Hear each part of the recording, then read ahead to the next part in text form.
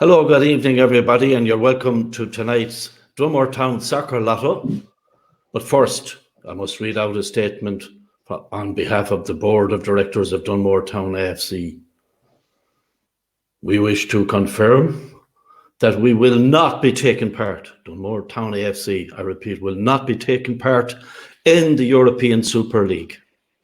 We shall be making no further comment. That was a lively pause. Now we'll go over to Knockatee, and this time Dave Donlan has taken a back seat. He's out looking after a cow that has had a calf recently. He's out there in his agricultural role, and tonight we have Angela and Marie going to do the lotto draw. So good luck to everybody. Best of luck to you all, and thank you for supporting Dunmore Town AFC.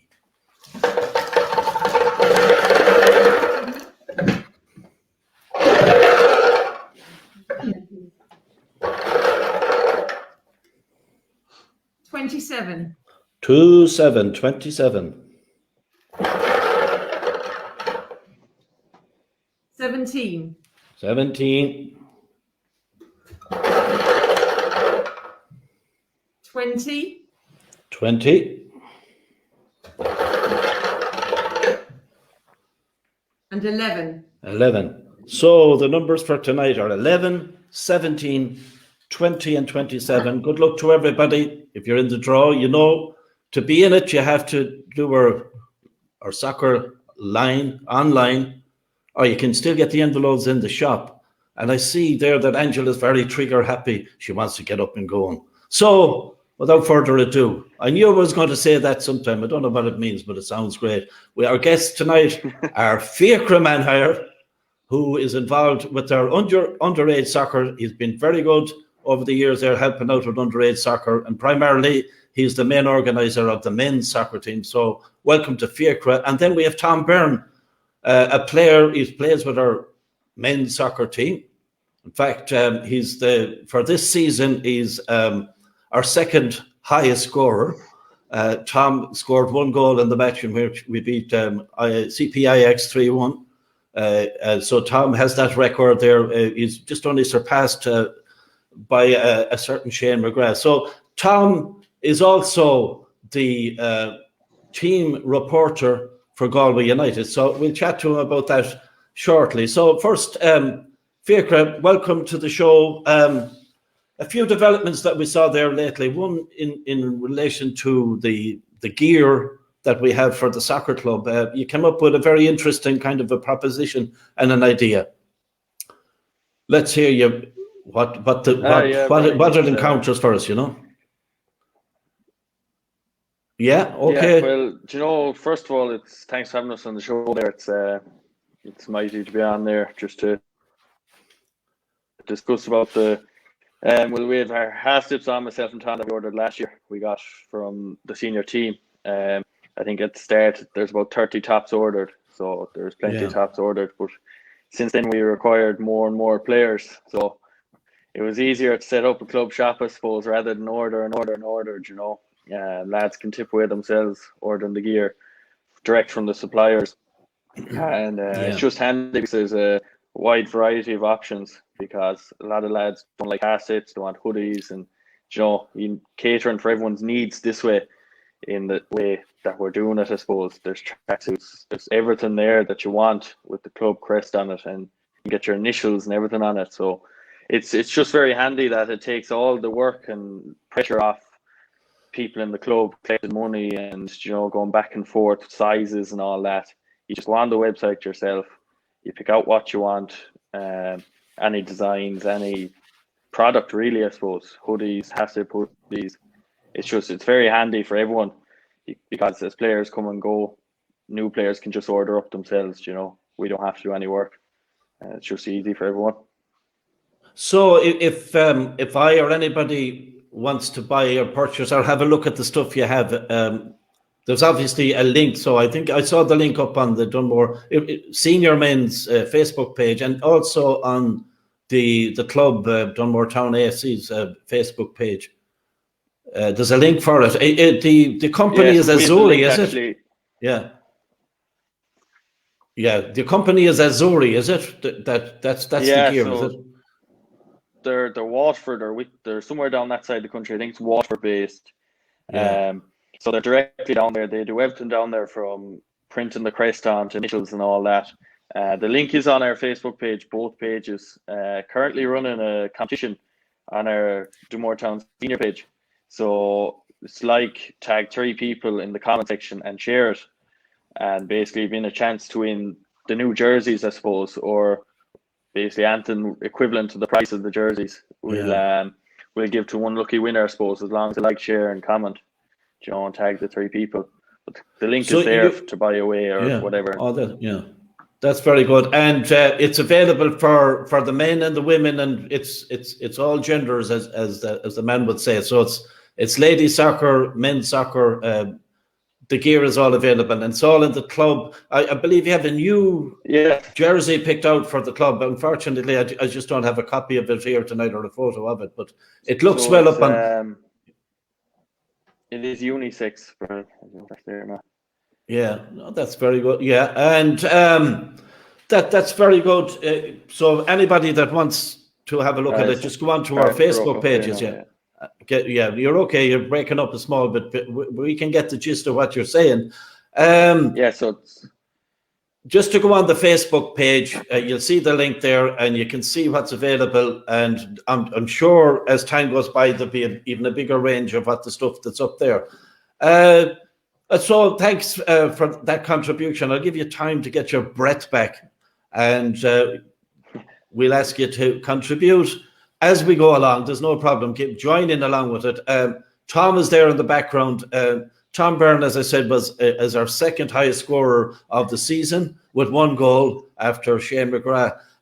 Unfortunately, because Dave Donlan normally puts up the videos that we have here, he's not available, unfortunately, at the moment. But in any case, it would be no good to you, Tom, because I was doing a little bit of camera work on the day of that match.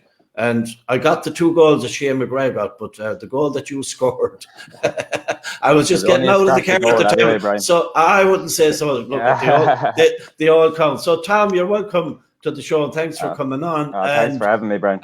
So your role with Galway United as a reporter and media person, how did you come about that? I mean, you have gone to media college, I suppose, in the first place. Well, I started with a website, it's just a sports writing, and then I joined the League of Ireland website, just a sports write for a while, called Extra Time. And last August, I sent my CV into Galway United to see if there's any openings. And lucky enough, there's an academy reporter position going. So I got that, and I was reporting on the academy games last year for Galway United. It was under 13 up to under 19 last year. It's now under 13's gone up to under 14. But then in the last few months, then since pre-season, since the seniors have got back, I have been reporting on the senior games. So I'd be going to the stadium, and I'd be doing the previews and reports for the senior team. Go to the stadium, do the match report, talk to John after the game, John Caulfield, and you talk to John before the game. So it's a full week, as a reporter with the club. Basically, it really starts getting going from Wednesday until Saturday, really. For what you're doing, like you're always dealing with Galway United, really, whenever you're with the club. But it's great, and a great bunch of people in the club. So it is. Were you involved before the lockdown, or was it since the lockdown began last year? Because regularly. Myself and good old Tom Lally, like God rest the man, and Dermot Kilgariff and different people, we regularly went up there on a Friday evening to see Galway United in the place, and great night out for people to have. Were you there at the time of when the fans were still allowed to go, or was it after that? Or? Well, no, it wasn't really. There's fans allowed into 1 or 2 games last year before another lockdown hit. But hopefully now in the summer, we can start getting a few back in, because as they say, football without fans is nothing really at times. The fans, especially with local clubs like Galway United, it's needed, and fans are definitely a big part of that. Yeah, we'd say now this Friday night. Now your preparation for it's UCD you're playing, and Used to that's be at indeed home, yeah.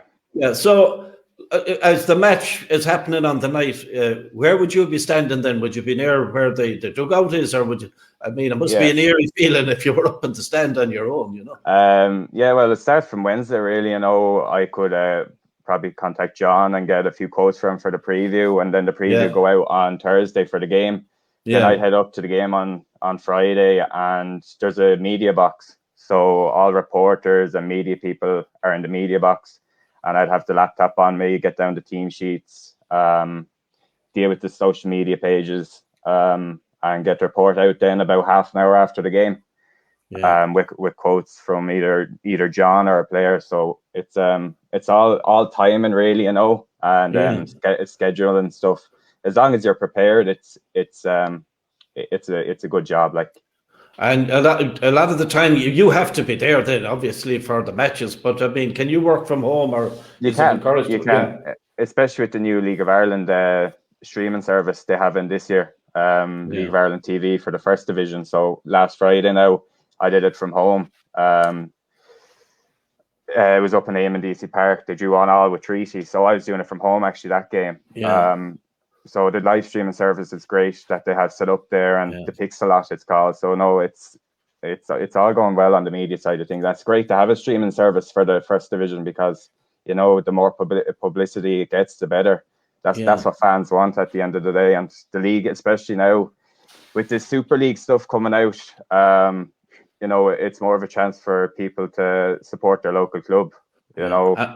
And can you confirm for us now that Galway United are not going to take part in the European Super League? Can you confirm? Yeah. Can we take that as an exclusive here on the Lotto Show today for Dunmore Town AFC? Well, one of the board members came out and said that no, unfortunately they had to reject the request. Very good, yeah. Well, I mean, as I said previously, there DC Park in the past, we used to bring up. We were invited for halftime kickabouts with our youngsters, boys and girls, and we used to have great times up there in the place. And hopefully we'll be getting back there sooner than later. But I suppose until everybody is vaccinated and the health of people, but it's still great to see soccer being played.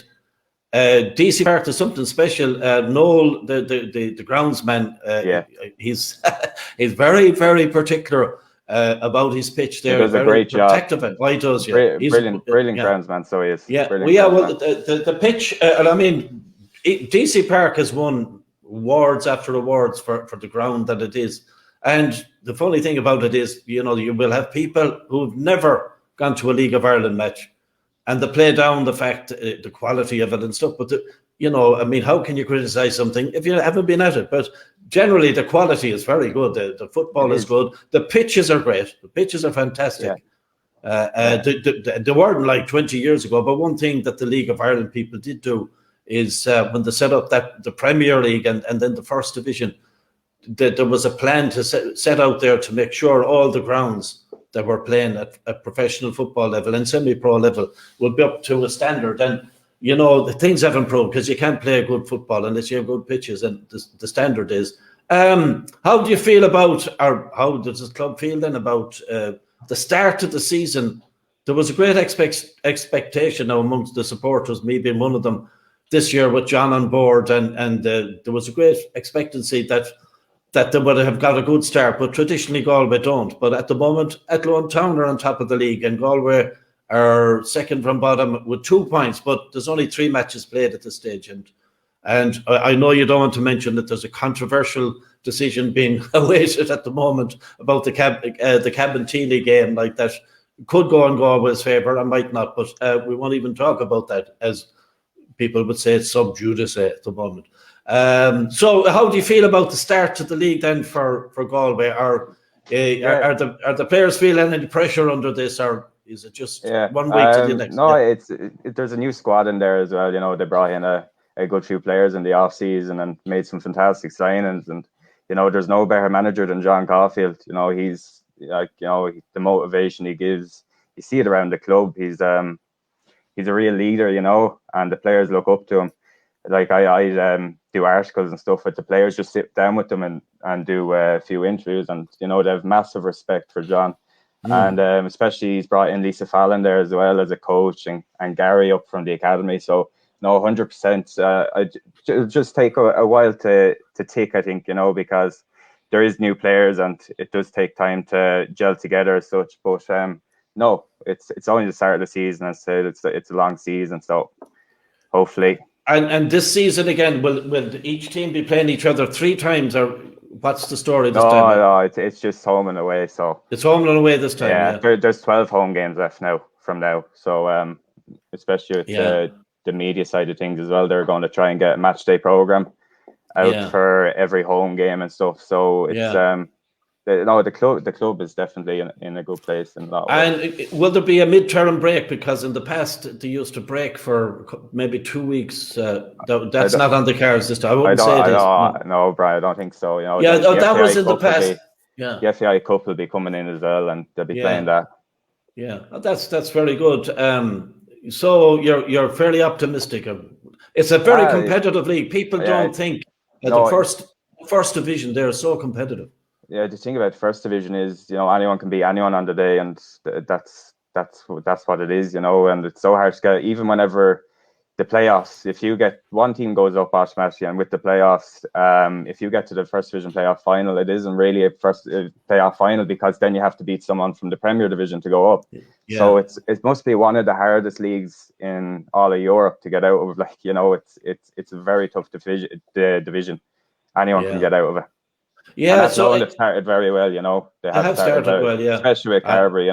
They're doing he's doing a great job there. So it's I think that Adrian might be looking in tonight. I was asking him there. He told me a while ago, that he'd come on the show sometime with us. But I think he's afraid that if he comes on, he'll Athlone will get the jinx from the Galway people, and the results will start to plummet. So he's a very superstitious type of a guy. I'm only kidding, John. When you come on, you'll be more than welcome. Well, thanks for that, Tom.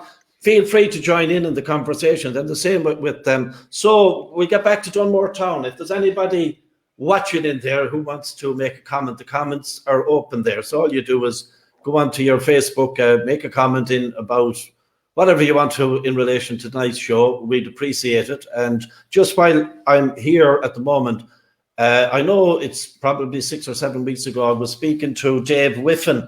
And Dave, if you're looking in from England tonight, Dave used to be involved with a club, 15 years ago. He was very much involved in the ladies and girls soccer and underage soccer. And I was chatting to him on the messenger service that we have there. But I know it was compromised there a few weeks ago. And, I don't have a number for you, Dave. So if you send on a number or email us a number to the club, I'll be able to get back onto you.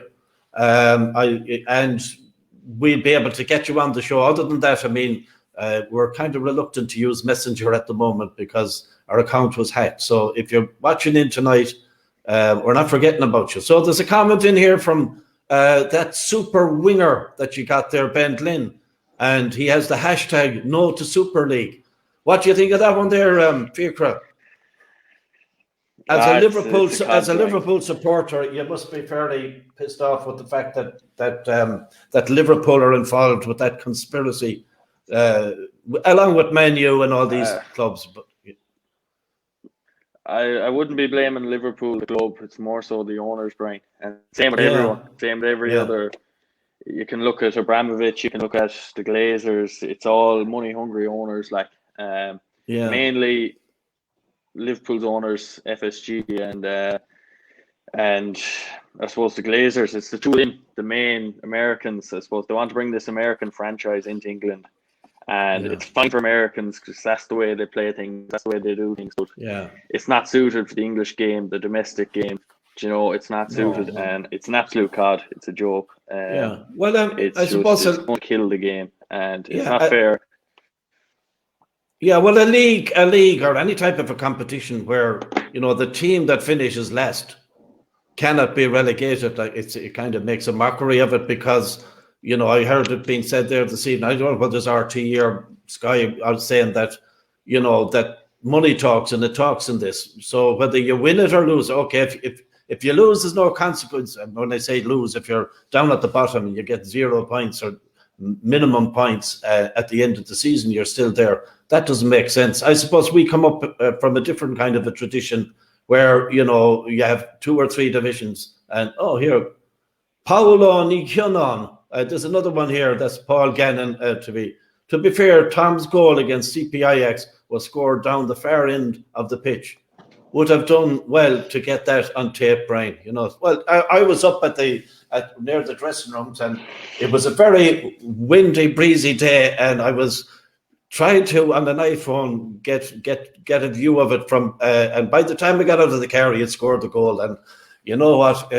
There's no such thing when you're only doing one shot. There's no replays, unfortunately. But Tom could have ran up the full length of the pitch. And, you know, if he came up and he just did a bit of a wave, at least we'd have got that. I think the Ultras got it, Brian. The Ultras got it. Was that it? Yeah. The Ultras down the Riverwalk got it on tape, I think. But they did, yeah. Well, is that what they're called? The Riverwalk Ultras. Yeah, that'd be a nice name for it. Right. Thanks, Paul, for that one. Paul is on your panel at the moment. Is he, or is he one of these players that's going to buy one of these new jerseys? Yeah. Thanks, Paul, for your comment. A few things, I'd say. Yeah.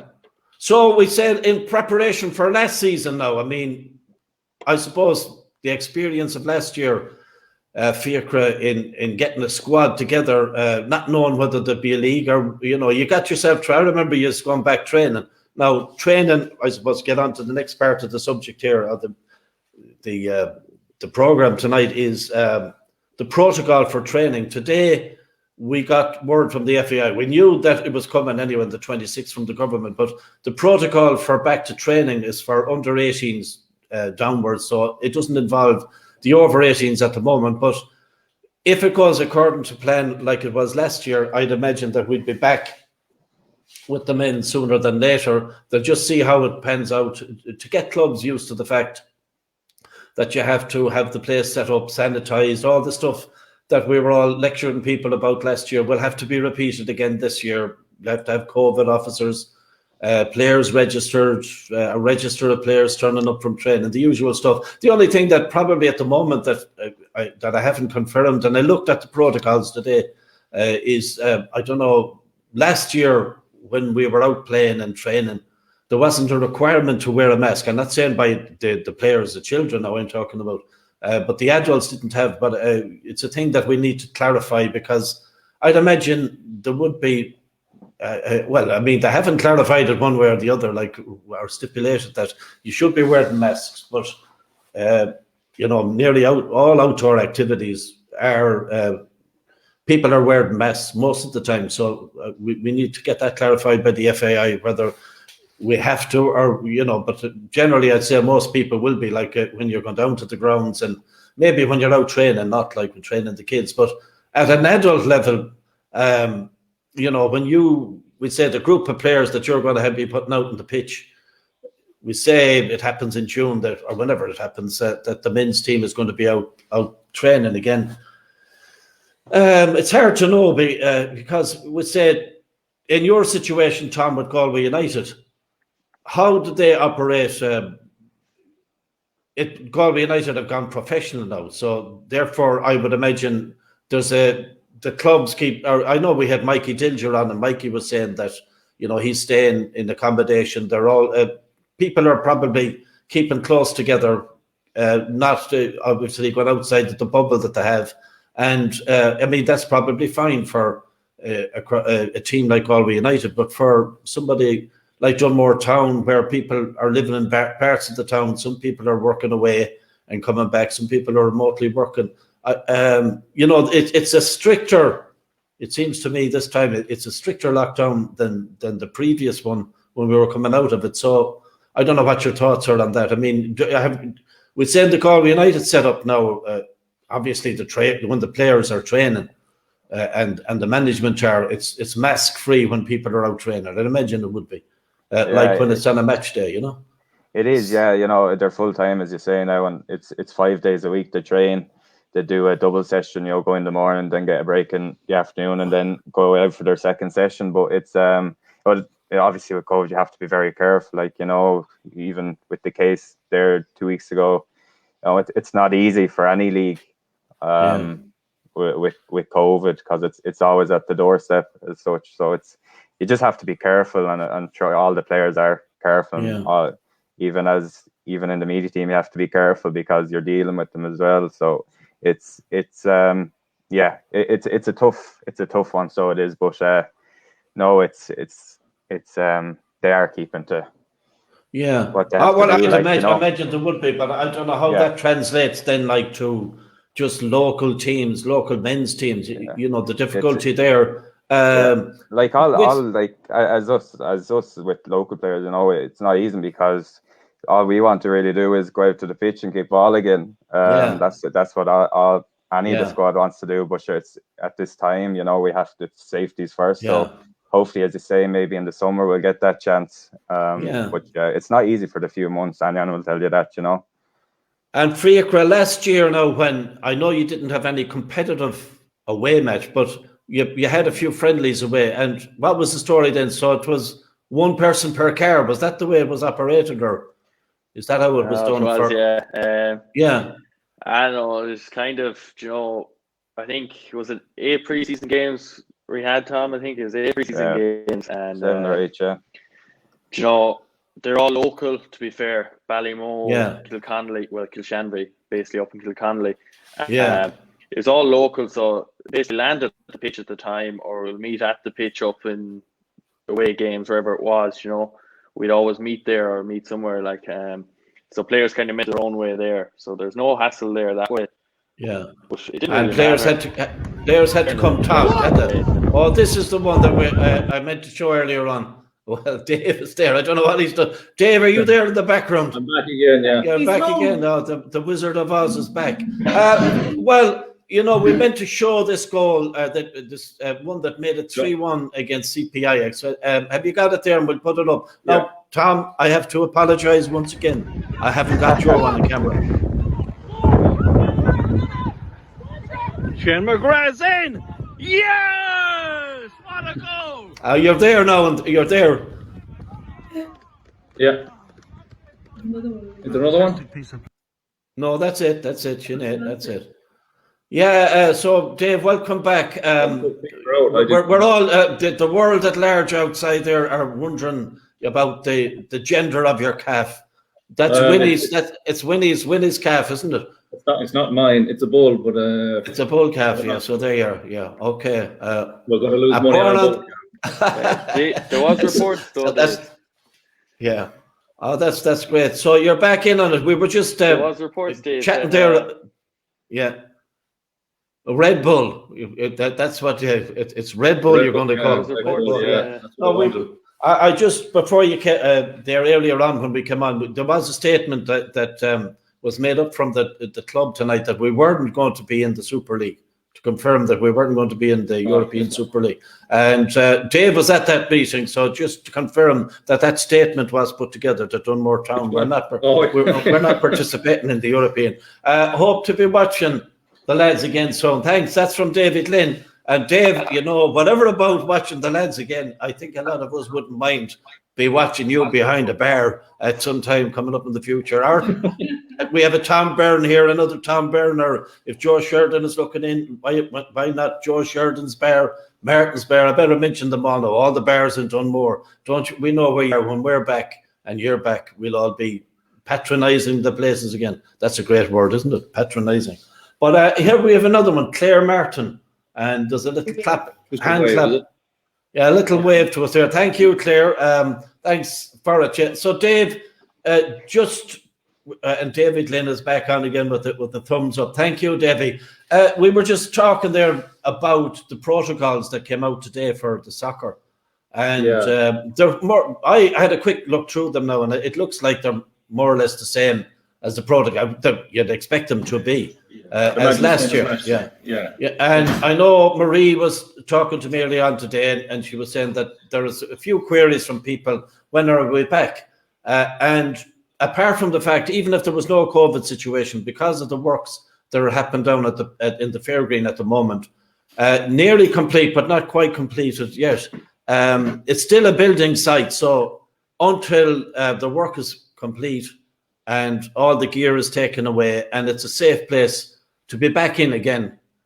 We cannot go back training until we're sure of that. So that's one setup. And the other thing, obviously, is we're not in any rush back. You know, if people think that because next Monday is the date, well, probably if the pitch was okay and we were happy enough with it, we'd probably be going back in some fashion for some of the teams next week. But that's not going to be feasible until we get until the committee and the rugby and the sports people are happy that the place is ready for the public to go back in walking around and for the players to be going back in training on the pitch again, you know. So we have to be sure of that.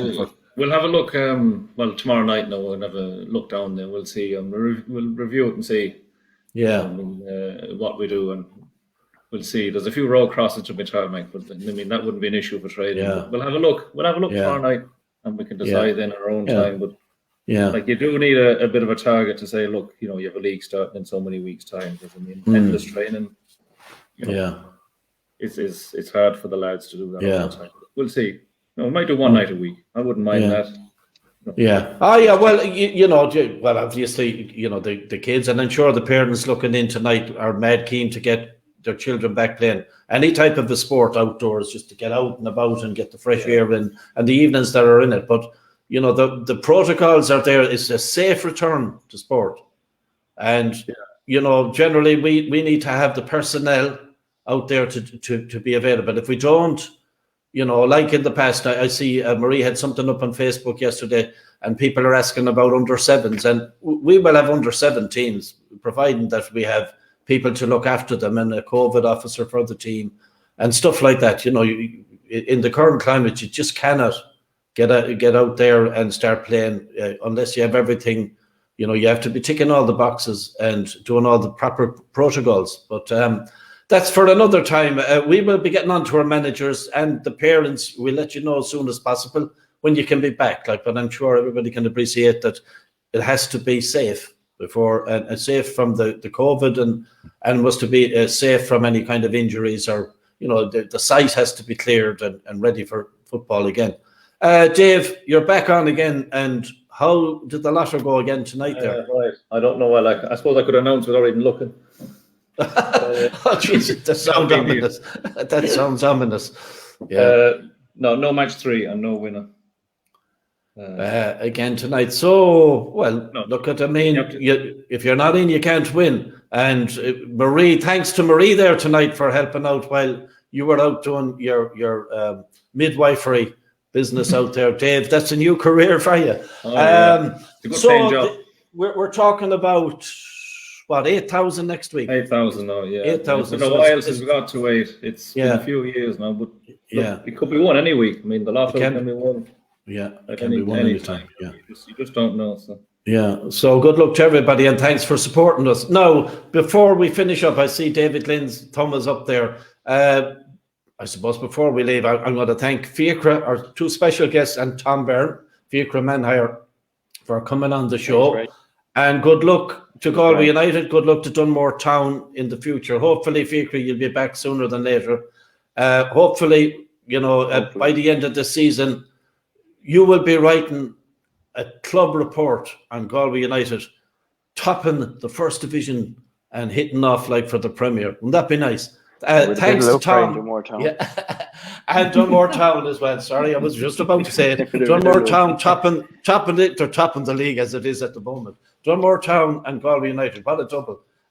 Thanks to the 2 boys for coming on. Thanks for Dave for coming on eventually, and Angela and Marie. And good night from me, Brian Keating. God bless, and we'll see you all next week, where it'll be 8,000 is our jackpot. Good night, everybody. Slán.